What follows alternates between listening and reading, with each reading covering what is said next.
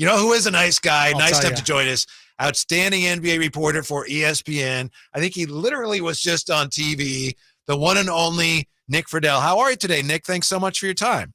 Whitey, Kyle, it is always good to hear y'all. And yeah, it's been a pretty crazy couple of weeks, but somehow we're making it, and it's going to be a real interesting conference finals there. Yeah. I've got some beef with some of your coworkers over there.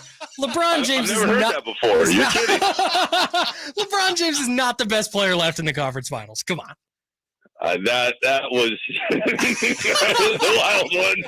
I mean, if we're ranking the takes of the week, the craziest one is still the humidity in Miami. But you know what? Everybody's entitled to their opinion, and Max certainly is rolling with LeBron all the way. But I don't see how you can put LeBron over Jokic and Jimmy. They've just been unbelievable throughout the last few weeks here. Because of injuries and load management and the Wembanyama situation and other factors, Nick, teams didn't seem to take the regular season as seriously as they have in the past. So, we got two teams, obviously, lottery teams, not lottery teams, but play-in teams in the final. So does that cast any shadow on the 48 wins that the Kings actually collected this year? I think the Kings deserve every a bit of praise that they have gotten, Whitey. But you know what? This is a broader conversation that's fascinating. And as three guys who have followed the league, what scares me is that I just don't think people are into the regular season the same way anymore.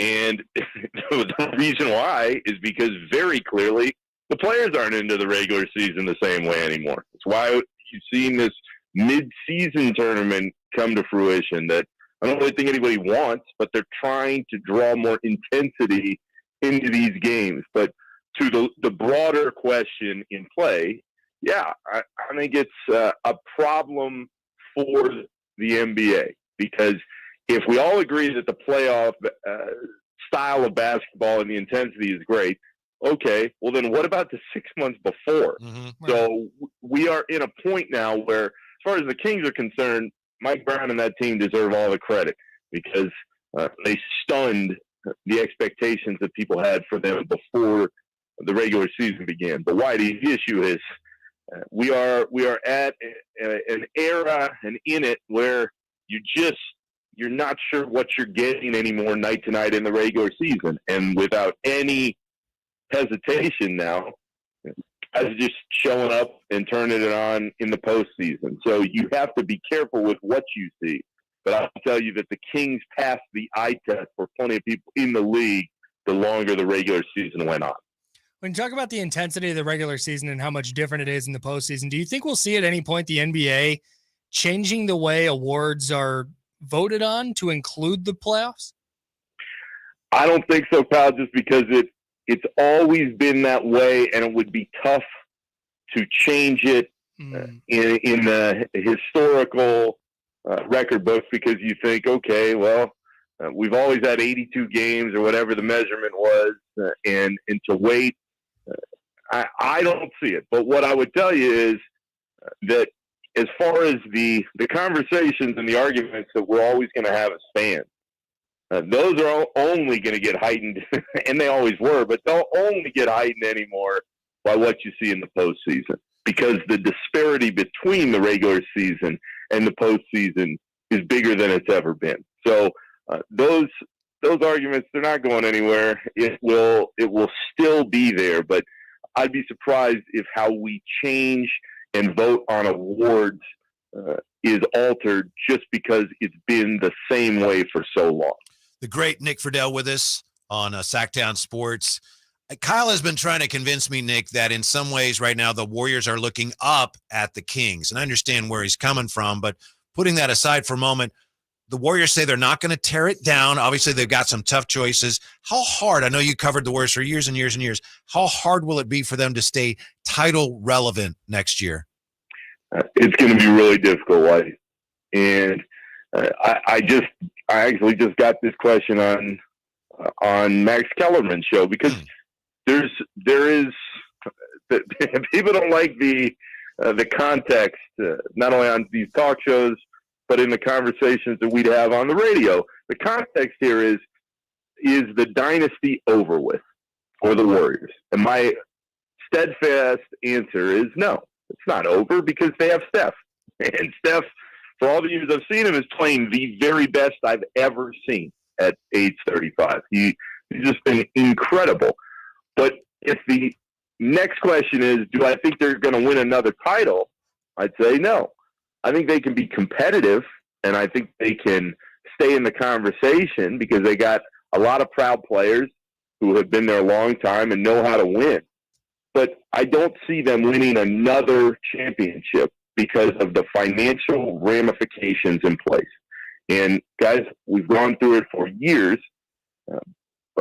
Laker, that ownership group, they've spent the money over and over. Bob Myers has put the right pieces in place. We'll see what his future holds with the Warriors. But when you start looking at the money that's already on the books with Steph and that max deal, and Clay and the max deal he's on, and Draymond and the deal that he wants that will be forthcoming at some point, you'd figure, and the money that you went in with Poole before the season, and Wiggins on the max deal, at some point, and this is the sad part, Whitey, for all the Warriors fans, that group right now, it's just not good enough. Mm-hmm. So you can move around, does Poole leave? Are you sticking with Draymond long term? And the biggest question to me, guys, is what do you do with Clay? Because he is beloved, as we all know, beloved, but he's just not the same player. The consistency is not in his game anymore. So there are a ton of different questions to ask, but you just have to decide what's most important. And for the Warriors, with where they're going, if you have Steph, you always give yourself a chance. But I don't see them being able to turn it around now. And Whitey, we've been talking about it for a year, but all those Warriors fans need to enjoy the bonus title. Nobody thought that thing was going to happen. It happened. And when you're feeling real low over the next few months, go pop that DVD in and watch some YouTube clips, because that title happened. It was awesome for that whole fan base, and I just don't know if it's going to happen anytime again soon. So I just want to make it just clear here that ESPN NBA reporter Nick Friedell believes the dynasty has not ended. The dynasty has not ended, but okay, thanks. I just wanted to make sure. There's always a little gray area, because the dynasty hasn't ended, but the rings have ended. That's my stance right now. All right, that's fair enough. We can dive in further another time. I want to ask you real quick about Ja Morant and the video that came out. I guess it was yesterday now. I've lost track of days. I guess it was yesterday now. What do you foresee with him? Does the league drop the hammer? What do you think happens there? I think it's only a matter of time before the league says, all right, the suspension is coming down. And whether that comes down in a couple of weeks, guys, or it happens closer to the start of the season again, we'll see. But the only time the league really gets upset, and our friend Tim Bontemps made this point yesterday, I thought it was a good one, is when the league feels like it gets embarrassed. And I go back to the situation that I covered earlier this season with Kyrie. Nobody wanted to say his name in a press release. Nobody wanted to say anything that might ultimately upset him. And then he kept making the same mistakes. And boom, here comes the league. Very late, but nonetheless, here comes the league. And they say, all right, that's enough. You need to meet with Adam Silver. The Nets suspend him. And that goes down. With Ja now, he already met with Adam Silver. They laid out the groundwork of what was going to happen, and then a few weeks later, here we are again. So I think the league is embarrassed at this point, and what his future holds, no matter what happens next season, I would be surprised if there's not a big suspension on the horizon. Nick, can't tell you how much we appreciate it, especially when you're so busy. So thank you. Always great talking with you. Hopefully we can talk again soon. Always, guys. I miss you, and I will. Absolutely. I'll talk to you soon. All right. Take care. Nick. The great Nick Friedell. He's wrong about the dynasty, but everything else is tremendous. Coming up, our sure thing NFL over-under locks for 2023.